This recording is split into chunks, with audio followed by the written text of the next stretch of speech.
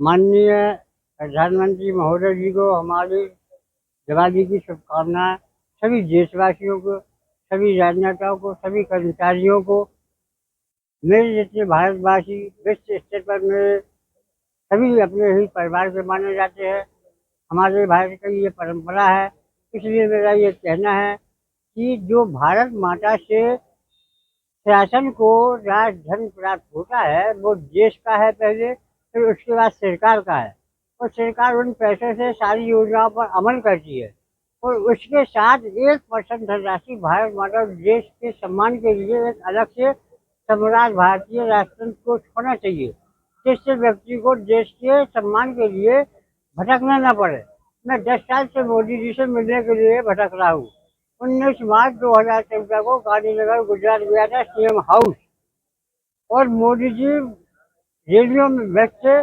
फिर मैं उनके भाजपा कार्यालय सेक्टर 20 भी गया, उधर भी छवि सभा पम्पलेट लेकर आया।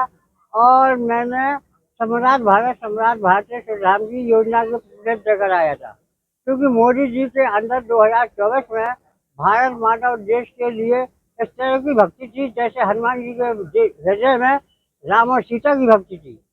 और जब मोदी जी प्रधानमंत्री बन गए तो मेरी इनके जो 100% सहयोगी है, ओएसडी है या कोई भी हो, उनने मेरी सम्राट भारत और सम्राट भारतीय संविधान योजना को स्मार्ट भारत और स्मार्ट सिटी में बदल के राजधन का उपयोग करवा दिया। और भारत माता और देश का सम्मान अभी तक शेष रह गया। इसलिए मैं चाहता हूँ कि सम्मान में जहाँ इतने संशोधन हुए, उसमें राज संपत्ति का 1% भारत माता और देश के लिए सम्मान के लिए सुनिश्चित किया जाए। और जो संसद विधायकों को राजधन मिलता है, उसी में से 1% से 5% तक देश के हर शहर में, हर गांव में, हर पंचायत में 50/50 का भी हो, लेकिन सम्राट भारतीय संविधान राष्ट्रमंडल का निर्माण होना जरूरी है।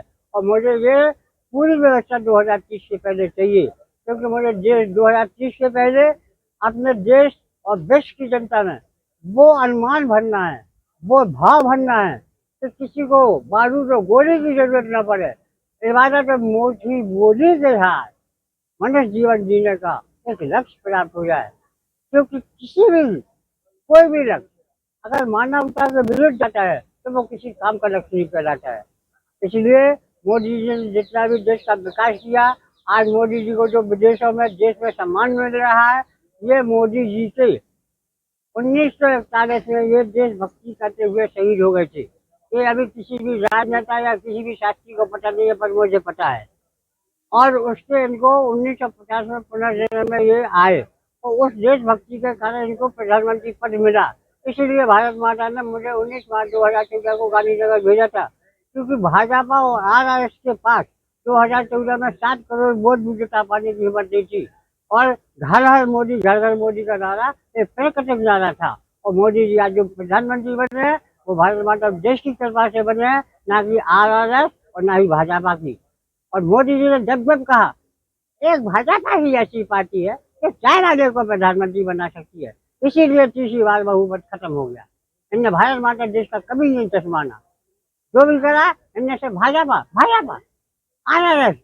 भगवत जी 99 साल से समाज को और बेरोजगारों की जनता को धोखे में रखी। देश को विश्वगुरु बनाना है, देश को विश्वगुरु बना के 37,000 संस्थाएं बना ली, 2-2.5 करोड़ सदस्य बना ली, और देश को विश्व गुरु और हिंदू राज धर्म के नाम से आज तक एक फंड भी नहीं तैयार कर पाए। और अगर तीसरी बार भाजपा की सरकार आ जाती पूर्ण बहुमत के साथ,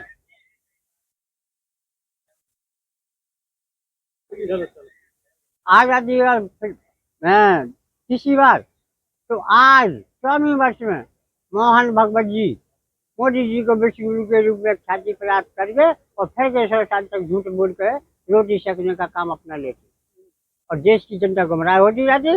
और आरएस और भाजपा, भारत माता की जय, भारत की जय। ये तो आजादी के लिए आजादी का उद्घोष था। सच्ची देशभक्ति क्या है इनको किसी को पता ही नहीं है। तो आजादी के घोष के नारे को वो आज देशभक्ति का नारा बना देते हैं, है? और सम्राट भारतीय संविधान 1992 में भारत सम्राट भारत के रूप में उदय हुआ था।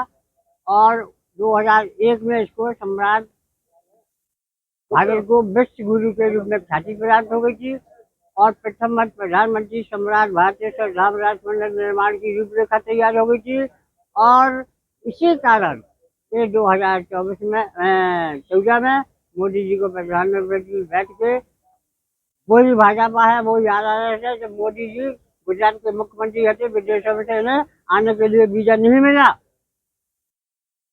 मोदी जी की भपका कहाँ था, IAS का भपका कहाँ था, भाजपा का भपका कहाँ था। और प्रधानमंत्री बनने के बाद मोदी मोदी मोदी ने देश को भूल ही गए। भाजपा को, चाय वाले को किसी ने वोट नहीं दिया, देशभक्त को वोट दिया था। और जब चाय बैठते थे तो मोदी जी को वोट देने का अधिकार ही नहीं था। जी बात बताते ये मैंने उनको आवेदन भेजे हुए हैं प्रथम प्रधानमंत्री सम्राट भारत धाम निर्माण के लिए, भूमि पूजन के लिए।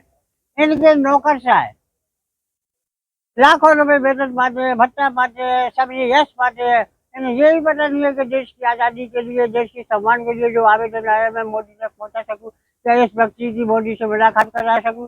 ये दो कौड़ी कैसे आए जिनके पास ज्ञान नहीं है, फर्जी डिग्रियां हैं। मोदी जी जैसी फर्जी चाय वाले बन के बताते हैं देशभक्त होकर के प्रधानमंत्री बने और चाय वाले बताने लगे, ऐसे इनके डिग्रियां वाले। इन्हें देश की भक्ति का ज्ञान ही नहीं है। अगर मुझे सही किया आएगा, मुझे अपनी जान प्यारी नहीं है, मुझे भारत माता देश का सम्मान प्यारा है। अगर मोदी जी लेना चाहे तो 2024 में ही राम मंदिर निर्माण का भूमि पूजन करके जैसे ने राम मंदिर का निर्माण कार्य कराया और करने के लिए उत्साहित किया, इसी तरह भूमि पूजन कर राष्ट्र मंदिर सम्राट भारतीय संविधान देवालय का निर्माण कराए। अन्यथा ये देशभक्त नहीं कहलाएंगे। आने वाली पीढ़ी इनको देशद्रोही के नाम से जानेगी।